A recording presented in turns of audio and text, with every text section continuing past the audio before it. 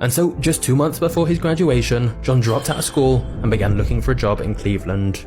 He was after something big, so he made a list of all the biggest railroads, banks, and wholesale merchants in the city. However, every time John showed up to an interview, people laughed in his face when they found out he was only 16 years old. John faced rejection after rejection, but no amount of humiliation was going to stop him, and after 6 long weeks, he got an interview at a small firm that needed help with bookkeeping. When they saw John's excellent penmanship, they decided to give him a chance and told him to get to work immediately, not even mentioning how much he'd get paid.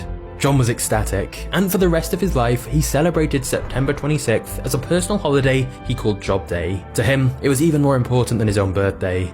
Even though it was not a massive operation, John's first job taught him how to deal with suppliers, pay bills, and see the inner workings of a real business for the first time. One day, his boss came in with a check for $4,000 and put it inside a safe. John knew the safe's combination, so when his boss was gone, he opened it up just so he could hold the note in his hands, hypnotized by how much it represented. John dreamed of someday making as much money as his bosses, and so every morning before heading off to work, he began repeating to himself, "I am bound to be rich."